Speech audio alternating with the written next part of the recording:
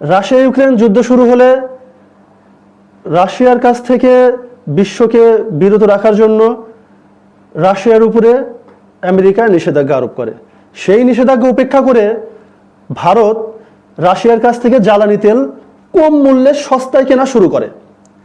এখন Trump America যদি রাশিয়ার উপরে নিষেধাজ্ঞা দেয় এবং কোনো দেশ যদি আমেরিকার সেই নিষেধাজ্ঞা অমান্য করে রাশিয়ার কাছ থেকে তেল বা অন্য কিছু কেনে, তাহলে আমেরিকা কি চুপ করে বসে থাকবে?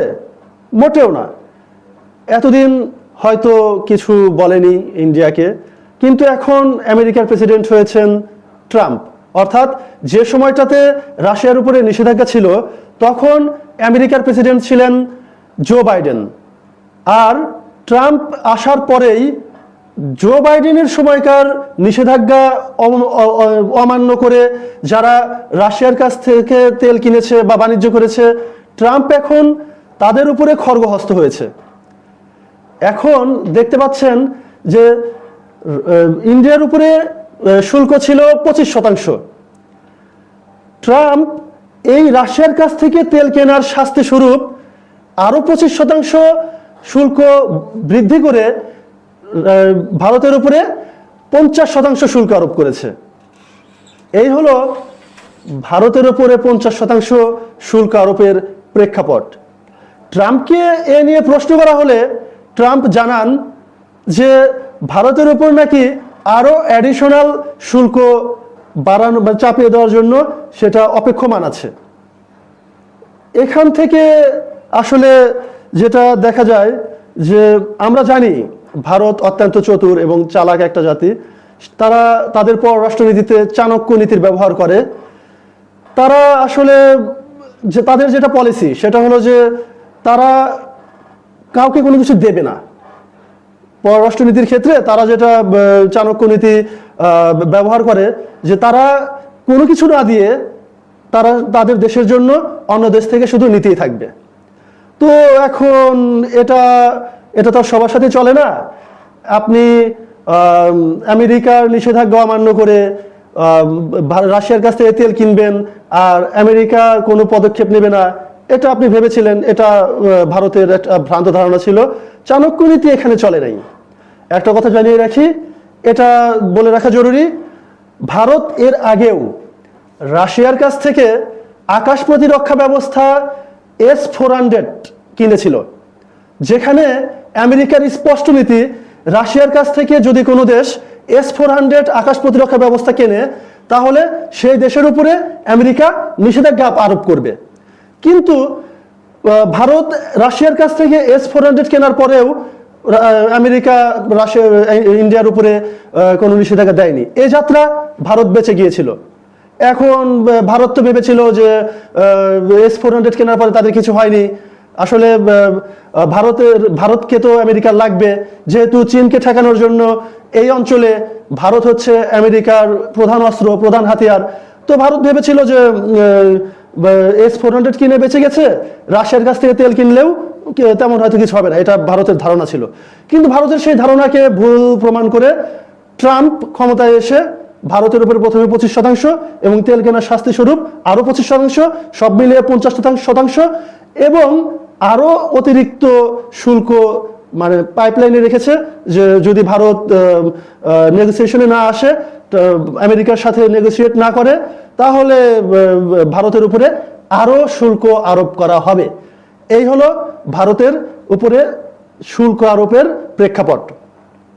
এখন আমরা তো জানি যে ট্রাম্প যখন দ্বিতীয়বার নির্বাচন করছিলেন, অর্থাৎ যেবার বাইডেন ক্ষমতায় আসলেন, ট্রাম্প কিন্তু তখন যখন নির্বাচনে দাঁড়িয়েছিলেন, মোদি আমেরিকায় গিয়ে ভারতের যারা অভিবাসী আছে যারা আমেরিকান সিটিজেন, ইন্ডিয়ান বংশোদ্ভূত আমেরিকান সিটিজেন, সেখানে গিয়ে ট্রাম্পের পক্ষে প্রচারণা চালিয়েছিলেন, যেটা একটা রাষ্ট্রপ্রধানের পক্ষে উচিত নয়।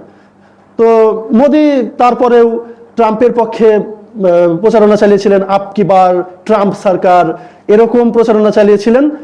এখন ট্রাম্প আর মোদির বন্ধুত্ব, মোদি খুব ফলাও করে প্রচার করে। এখন এটা আসলে বোঝা উচিত যে আন্তর্জাতিক রাজনীতিতে কোনো বন্ধু নাই, এক কথা ফুল স্টপ। আন্তর্জাতিক রাজনীতিতে কোনো বন্ধু নাই, একদম ফুল স্টপ।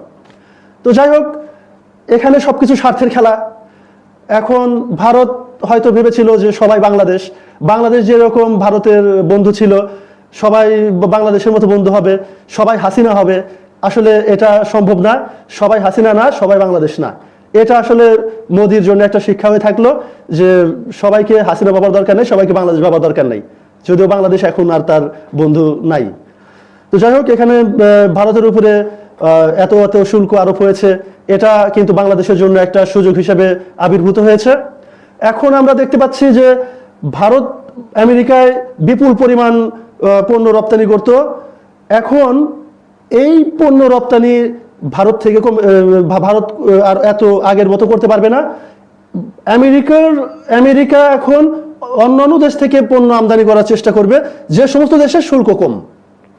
এক্ষেত্রে বাংলাদেশ তার প্রোডাক্টিভিটি বাড়িয়ে আমেরিকার এই বাজারগুলো ধরতে পারে, যেগুলো ভারতের হাতছাড়া হবে। ভারতের হাতছাড়া হয়ে যাওয়া বাজারগুলো বাংলাদেশের ধরা উচিত হবে, এবং এটা বাংলাদেশের ব্যবসায়ীদের জন্য একটা বড় সুযোগ, বাংলাদেশের অর্থনীতির জন্য একটা বড় সুযোগ। ভারতের হাতছাড়া হয়ে যাওয়া বাজারগুলো বাংলাদেশের ধরার সুযোগ হবে। এখন এখানে আমাদের খুশি তো হওয়ার যথেষ্ট কারণ আছে, ভারতের উপরে এত শুল্ক আরোপ হয়েছে, কিন্তু খুশির সাথে সাথে আমাদের যথেষ্ট সতর্কতা অবলম্বন করতে হবে। কারণ কাল আমাদের উপরে এরকম কোনো কিছু আসবে না, যদিও আমাদের উপরে এসেছিল, কিন্তু পরবর্তীতে আমাদের অন্তর্বর্তীকালীন সরকার সেটা আমেরিকার সাথে নেগোশিয়েট করে 20% নামিয়ে আনতে সক্ষম হয়েছে।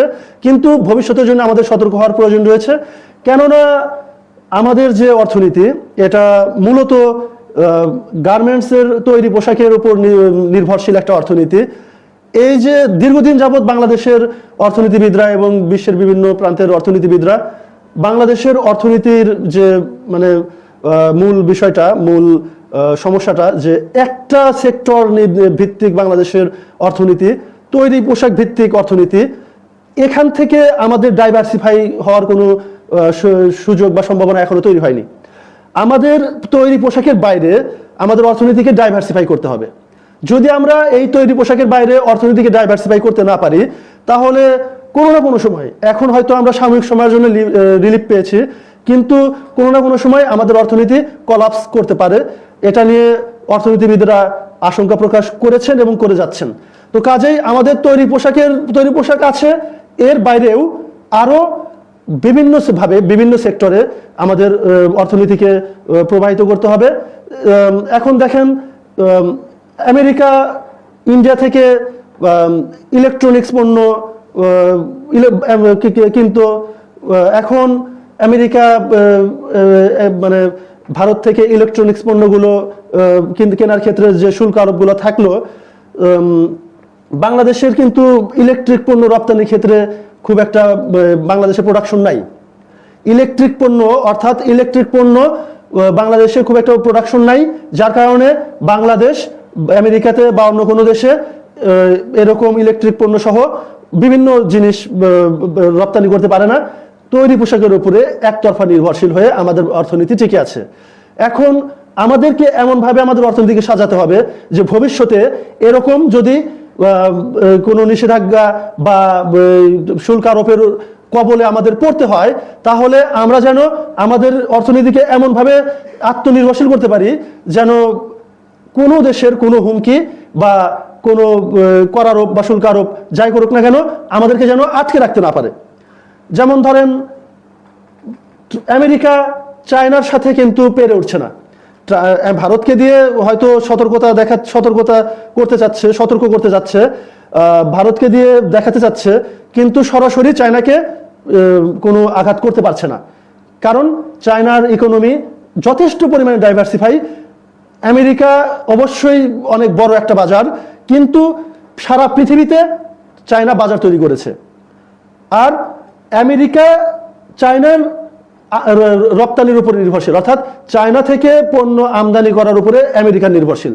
যদি আমেরিকা চায়নার উপরে অতিরিক্ত পরিমাণে শুল্ক আরোপ করেও, তারপরও সবশেষে দিন শেষে ভোগান্তি আমেরিকাকেই পোহাতে হবে, আমেরিকার নাগরিকদেরই পোহাতে হবে। এইভাবে চীন নিজেদেরকে সেই পর্যায়ে নিয়ে যেতে পেরেছে, যে কারণে চীন আমেরিকার সাথে বেটার নেগোসিয়েশনের জন্য প্রস্তুত আছে। বাংলাদেশের অর্থনীতিকেও এমনভাবে তৈরি করতে হবে যাতে শুধু আমেরিকা না, পৃথিবীর যে কোনো দেশের সাথে আমরা বেটার নেগোসিয়েশনের জন্য প্রস্তুত থাকতে পারি।